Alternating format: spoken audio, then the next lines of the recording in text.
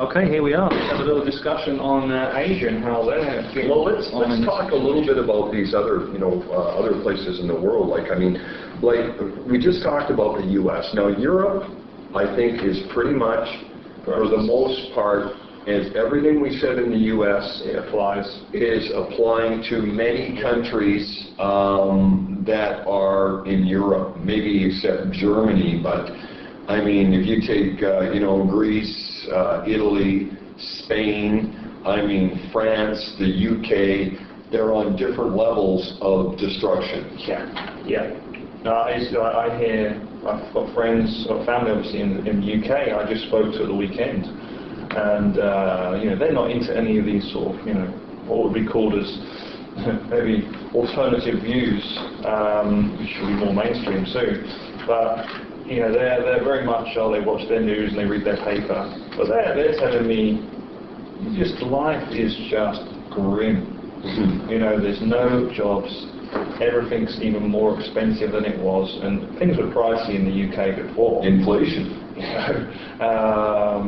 And there's just no, poor old people like my parents, there's no retirement for you. Well, that's it. And I'm worried about my mom in Canada. Like in 5 years, she's an old age pension because she's 65. I would be shocked that in 5 years there's still going to be a pension for her. I will be shocked. Yeah, money given to the old people when they can spend that on themselves.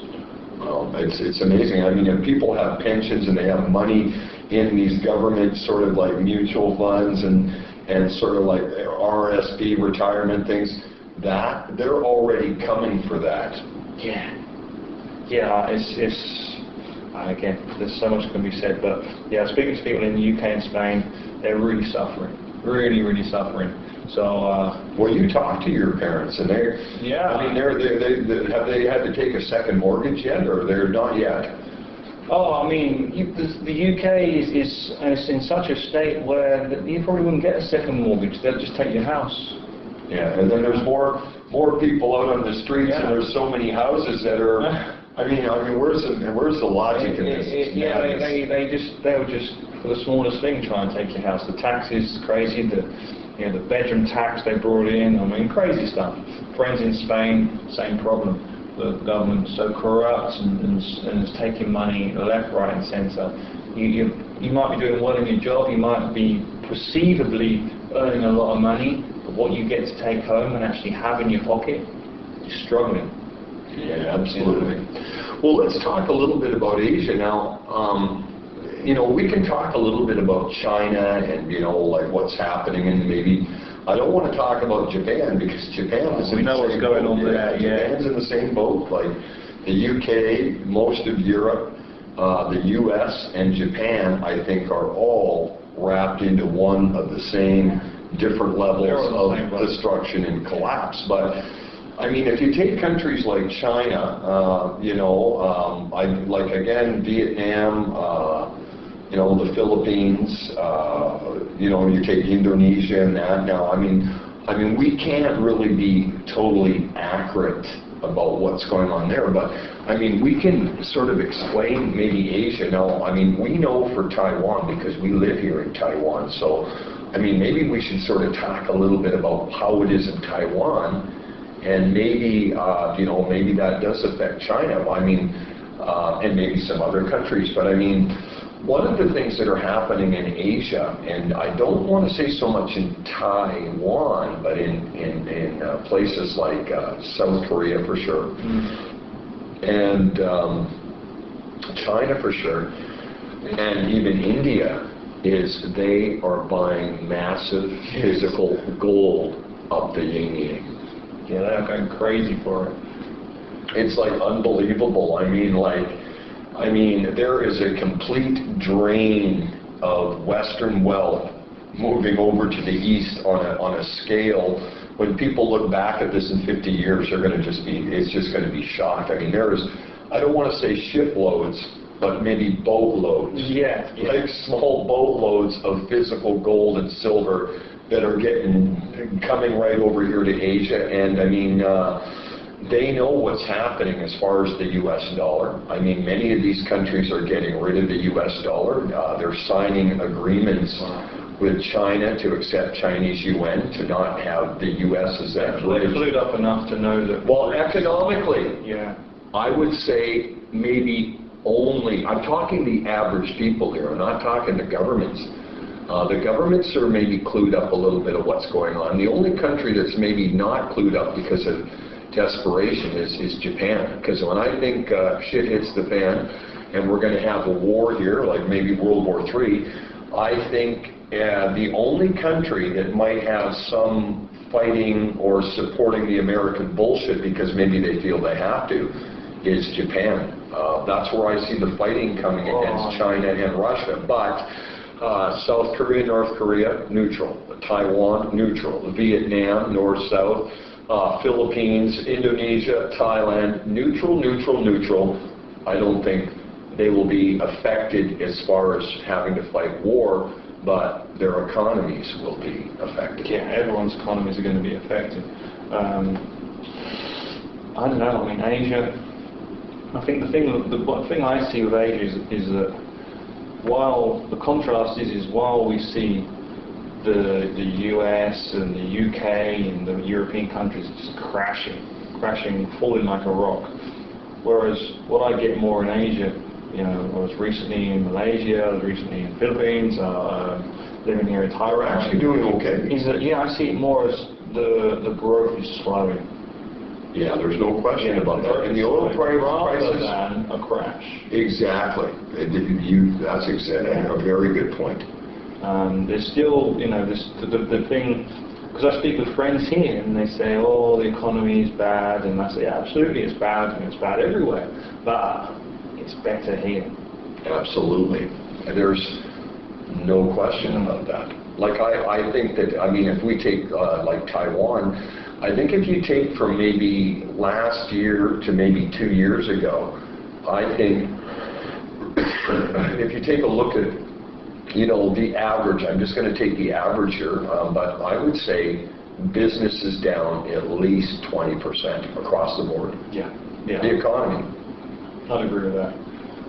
You know, and I think that, you know, I think it's still going to get worse here. I still think that Taiwan is going to take a hit, even though, I mean, if you take a look at information on, you know, Taiwan's economy, you know, it's in the top 10.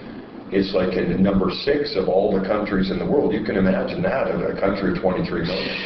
You know, and, you know, when you can look the stats up yourself, but I mean, they are, you know, you know, they're starting to wash the U.S. dollar through China. I mean, they've got a lot of, you know, sort of reserves that they're holding, you know, 400 billion. Now, that's going to be a problem for Taiwan. They're going to hit that way. But I mean, getting back to this, I mean, the people, you know, I mean, we're down 20%, and as in Taiwan, I mean, they work hard here. You know, they're still not using that credit card as much, but I mean, they don't go out and they're spending money like foolishly. I mean, you can see things are tightening up, and it is going to get worse here. But I mean, they know, you know, about saving. They're preparing for the worst. It's a saving culture. Yeah, it's a saving culture, even though the economy will go down. But I mean, the problem with Taiwan is they're a little bit in the dark about what's really going on, the geopolitical things with, because in Taiwan, it's kind of an interesting thing with the history. I mean, there's a lot of people here that support U.S. policy. And of course, there's a lot of people here that support Chinese you know, policy. But the reality is, at the end of the day, it's China. And that's where, you know, well, this country's going to line up. Yeah. And sorry. They're not silly. I mean, just to quickly interject, is that I think a lot of it is almost it's that same kind of programming. It's not that they follow or they agree with American policy, or they don't care, or they even know what that is. They just will say America over China because they've got this tradition of oh, you know, we're not Chinese, you know, this nationalistic thing going on from the that would be 40% of them. You know, there's a lot of people like that say that, and then you know, they don't really understand what the policy is or what they're supporting. But yeah, on average, the average, view. The average view. Then you've got more people now, thank God, and also thank God within the Taiwanese government, seeing where this is going and signing on with the future, which is the BRICS financial system. Absolutely, and I mean they're getting so close to China now. Like I said, the UN's in here already. They're going to be within, I would say, 2 years. They're using it in the night market. That's Did you hear that? Yeah, I heard the same thing. Go down the night market, I can buy whatever I like. Yeah, use the UN. Yeah, the UN, no problem at all. Exactly. Yeah. So this is a precursor of what's, to come. So they're preparing their economy for, an exchange of this U.S. dollar collapse and that. So the governments, the banking systems are getting ready, but the people, I mean, I can't say that, everyone in Taiwan, like China, is rushing to buy gold and silver. I mean, I think there's still, you can throw a piece of silver on the ground here, and most people will not really understand what that means and what it's going to mean in the future, which, people like you and, yourself and myself, I mean, I've been buying silver now for a long, long time. And, that's good for me because I can go down like, monthly and buy, maybe $1,000 or $2,000 worth of silver, and I know it's going to be there. It's not like in America where I have to wait 3 months. You can buy it here. And I mean, our business actually helps people set up a business here, a foreign business, 100% owned. They can move their assets over here, and they invest with our company. We switch it into silver. You can have the silver in your hand, and we can even help you bring other monies in and switch that into physical gold and silver. I mean, where else can you do that? Rewind that bit a little. No. Well, I mean, we could maybe just, keep replaying it for, 15 minutes. But I mean, getting back to the thing here, with this World War III thing is, economically, I think, we're going to take a hit here, but I mean, we're going to be way better than I would say 90% of the other countries. The people in Taiwan, in some ways, they don't really care, but at the same time, they should care because there is going to be an effect. There is going to be an effect in the future. What we don't know, 5 years, we don't know. I mean, nobody knows. But we're going to go through hard times, and people are going to wake up to this more. I mean, like I said, they're just going to dig deeper, and this is a very family-orientated, society. So, I mean, this is one place that you would want to be when, shit does hit the fan.